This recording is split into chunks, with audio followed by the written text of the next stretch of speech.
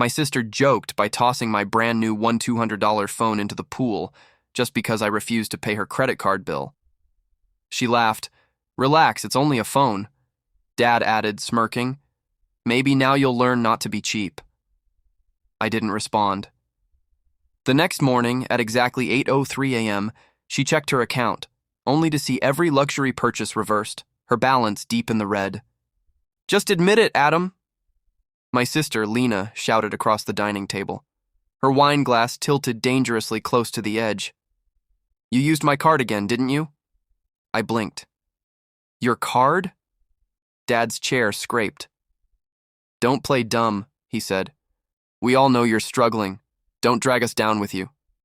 The air felt tight, a storm without thunder. I stayed still, eyes on the untouched plate in front of me. "I didn't touch your card," I said quietly. Lena laughed, loud, careless, cruel. "Of course you didn't. Just like you didn't borrow my old laptop or my charger or—" "Enough," Mom whispered, but no one listened. Then Lena leaned back, smirking. "Maybe we should tell him what Dad found in the drawer." My fork froze mid-air. Everyone stared at me. "What drawer?" I asked. Dad's lips curved. "The one that holds things you didn't earn." The room fell silent. "My name's Adam Mercer, 27. I don't shout. I don't argue. I just observe. They call me the quiet one, but quiet isn't peace. It's survival." 3 months ago, I moved back home after losing my job in Boston. They said it was temporary, but the tone said failure. Since then, I've been paying half the bills, fixing every leak, and listening to my father sigh like I'm an inconvenience in his own house. Lena's got a luxury apartment 2 cities away, funded by her endless emergencies. Mom pretends not to notice. And me? I just keep records of everything they say, everything they take, and everything they forget. Because there's something they don't know, something I've been keeping for a long time. The family. Lena's 25, confident, cruel, and always dressed like she's walking into a photo shoot. She loves attention and hates consequences. Dad, Robert Mercer, speaks in orders, not sentences.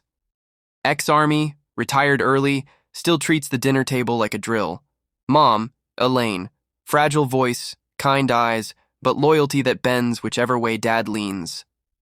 Dinner conversations always go the same way. Dad talks about responsibility. Lena interrupts with a complaint. Mom wipes her tears, and I fade into the background like furniture. But tonight, something feels different. There's tension under their words, like they're covering something. I've learned to hear the lies between their pauses. After dinner, I found Dad in his study, pacing. His phone buzzed and he hissed into it. "He doesn't know yet. Keep it that way." He froze when he saw me. "Don't you knock?" I ignored the question. "Who doesn't know what?" He smirked. "Curiosity never helped you before, Adam. Go to bed." Later that night, I heard Lena whispering to Mom in the hallway, "Do you think he'll find out?" Mom's voice trembled. "Just act normal. Your father said he'd handle it." "Handle what exactly?" "By morning, I found out." My savings account, gone, drained. The screen showed a wire transfer to Lena Mercer. Date, 3 days ago. I walked into the kitchen, the smell of burnt toast thick in the air. "Did you take my money?" I asked. Lena rolled her eyes. "Relax. Dad said we'd pay you back." "Pay me back?" I repeated. "That was my severance." Dad folded his newspaper slowly. "Family shares, Adam. You've been living here rent-free." "Rent-free?" I said, my voice cracking. "I've paid your bills, your repairs." "Enough," he barked. "Don't raise your voice at me." Lena smiled faintly. "You're overreacting. It's just money." I looked at her. Really looked. She was wearing a new watch. My money. That's when I said, calm and cold, "Keep it. You'll need it more than I do."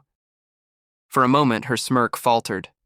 5 years ago, I sold my old car so Lena could follow her dreams in Los Angeles. She came back a month later, broke, blaming me for not warning her how hard life was. When Dad got sick, I worked 2 jobs to cover hospital bills while he told everyone Lena handled it. Mom thanked her, and when Mom's birthday came, I bought her a gold pendant. She smiled and said, Lena helped pick it out. I learned to stop expecting credit, but that day in the hospital, when the nurse handed me the receipt, I noticed the truth. Dad had listed my account as their emergency fund. He never told me. He just took. 2 nights later, I overheard them again, Lena's voice nervous this time. Dad, he's going to figure it out. That loan? He won't, Dad said. The bank's under my name. He's just a guarantor. They'll come after him first if things go south. A chill ran down my spine. Guarantor? I opened my laptop, logged in, and there it was. A $48,000 business loan tied to my social security number. Their signatures. My name. They'd used me as collateral. I closed the laptop slowly.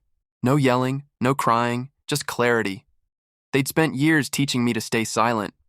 Now, silence would become my weapon. The next evening, I walked into the living room. TV humming, half-empty wine glasses, laughter. I know about the loan, I said.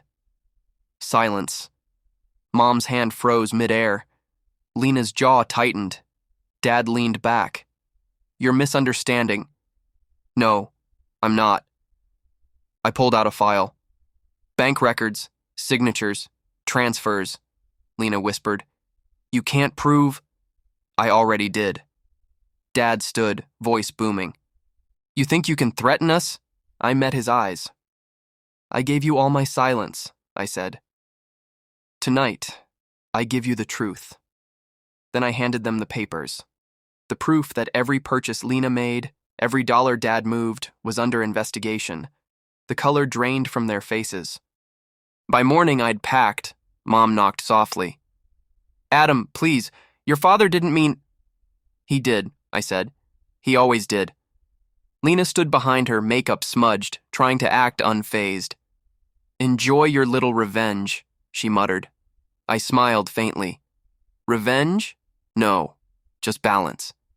As I walked to my car, Dad shouted from the porch, You'll regret this. I didn't turn around. For the first time, his words didn't sting. Months later, I sat in a small apartment outside Portland, new job. Fewer voices, real silence. The bank confirmed the reversal. Lena's luxury purchases voided, her cards frozen, Dad's loan officially his alone. Mom sent a short message. I miss you. I'm sorry. I didn't reply, but I didn't delete it either. One evening, I looked at my reflection in the window and whispered, For the first time, I don't carry their weight anymore. The quiet wasn't heavy. It was mine. If you were Adam, would you forgive them or walk away forever? Tell me in the comments below. Your voice matters here. Comment what you'd do in Adam's place, like if you've ever been the quiet one in your family. Subscribe for more stories that speak the truth we're told to keep silent.